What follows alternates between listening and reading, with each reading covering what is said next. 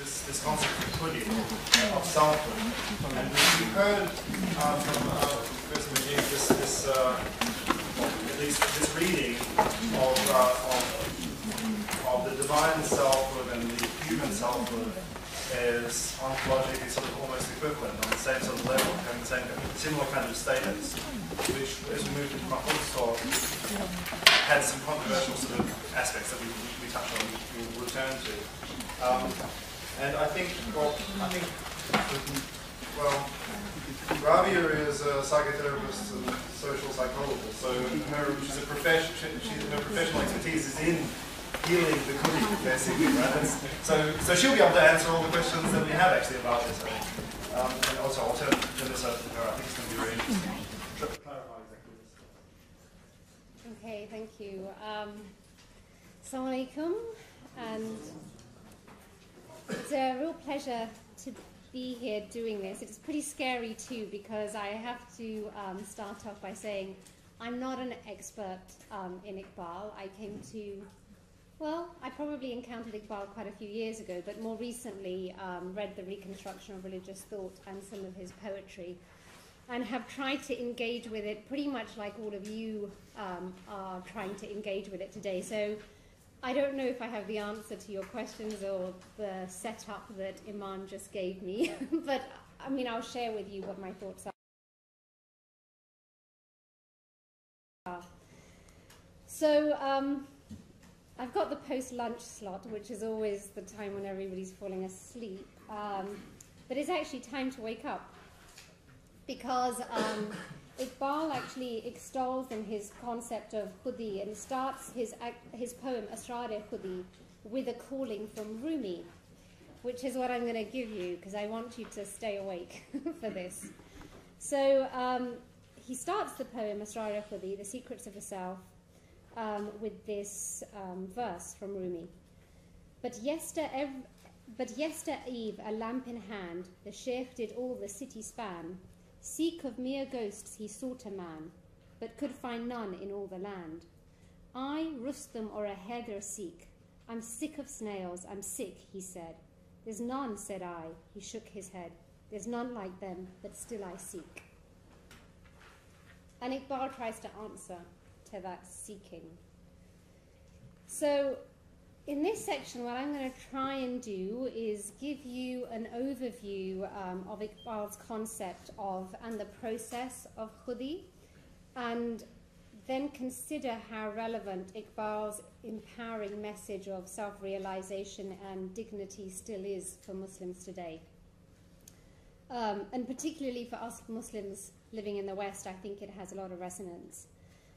But also I want to think about, towards the end of my talk, on a more practical level, what the impediments have been for us in realizing this potential that he's talking about. So I'm also going to bring in some personal reflections, because reading Iqbal's had, quite a personal impact on me. And I don't know if you've noticed this, but when you read something, especially something that's written from the heart and is actually like a calling and a longing, as Iqbal's work is, I mean, it's a kalam, strange things begin to happen.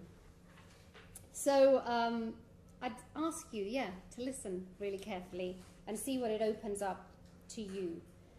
It is a process of journeying, and he's asking us to go on a personal quest, which I think can lead to something quite extraordinary. So on a personal note, I mean, I actually first came across Iqbal 10 years ago, and I have to confess, when my good friend gave me this book, I read like the first 5 pages and was like, what? Don't really understand that. And I did think, oh, it would be really good to read this amongst a group of people where you could really try and understand this and thrash it out. And I didn't have the opportunity, but 10 years later, the opportunity did come up, thanks to the critical reading group, and Mehboob in particular. And so when I went along, it was really, it was a really exciting opportunity. And the first week I remember going, and I'd done my reading, as everybody had, and sitting there, and you're amongst a group of people, and you're not quite sure, because actually a lot of what Iqbal says is quite radical. I mean, it really pushes the limits of your thinking and experiencing. And I remember sitting there thinking, okay, I'm amongst a group of Muslims, and some of them I don't know too well, and how do I pitch my comments? And I found myself actually kind of holding back a little bit, thinking, oh, don't know whether I should say this, and how would that be taken? Would it be seen as being too challenging? And then actually I thought, you know what? I've waited 10 years for this, so I'm just going to say and go with this and throw myself into it. And I guess I'm telling you this because I think there's something in just throwing yourself into things, even things that don't make sense and are quite hard to grasp, because I think it becomes an expansive experience.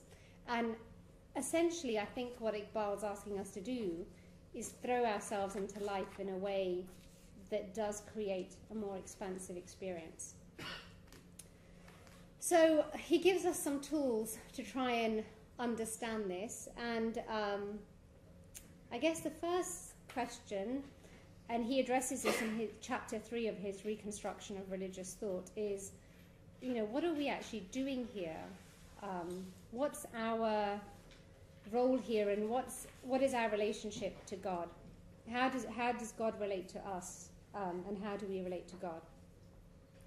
So Iqbal gives us an interpretation of the legend of the fall of Adam, which I think is quite crucial in trying to think about the potential that he's suggesting that we have. So what he does is he gives an he lays out that story as it's presented in the Quran, and he suggests that what the Quran suggests in that story of the fall of Adam is the possibility of the improvement of the behavior of man and his control over natural forces. So he interprets the story as actually meaning that there's the possibility of growth and evolution in the universe, and that actually Allah has immense hopes for us in giving us this opportunity. And you can see that in the verse in the Quran where the angels are asked to bow to Adam, and they say, you know, you want us to bow to this, and he's going to cause mischief on the earth. And Allah says, but I know what you know not. So, very briefly, Iqbal points out that according to the Quranic story of Adam and Eve are led astray by Satan, whose function is to actually create doubts in the mind of man. And they taste the fruit of 2 trees. So there's actually 2 episodes in which they transgress. And I'm not going to go into all of these details. You can look at chapter 3 if you're really interested. But as a brief outline, that what Iqbal says is they're banished to earth for their transgression. And he points out that unlike the story in the Old Testament, the earth is actually never cursed. It is described as a dwelling place of man and a source of profit to him, for which he should be grateful to God. And also, man is not a stranger to the earth because he's made of the earth. So Iqbal actually argues that man's sin in tasting of the first tree, and he suggests the sin in tasting of the first tree was actually his hastiness in trying to seek knowledge and to take a shortcut to knowledge. And his being placed on earth wasn't a punishment in that same way. It was actually to correct his tendency by placing him in an environment which was best suited to the unfolding of his faculties. So earth, in that sense, is a training ground for us in our in the process of our evolution of consciousness.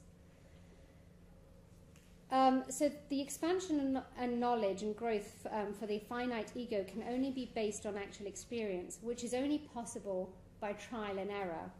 And so actually Iqbal thinks that intellectual evil is an indispensable factor in the building up of experience, that actually this is all part of the design.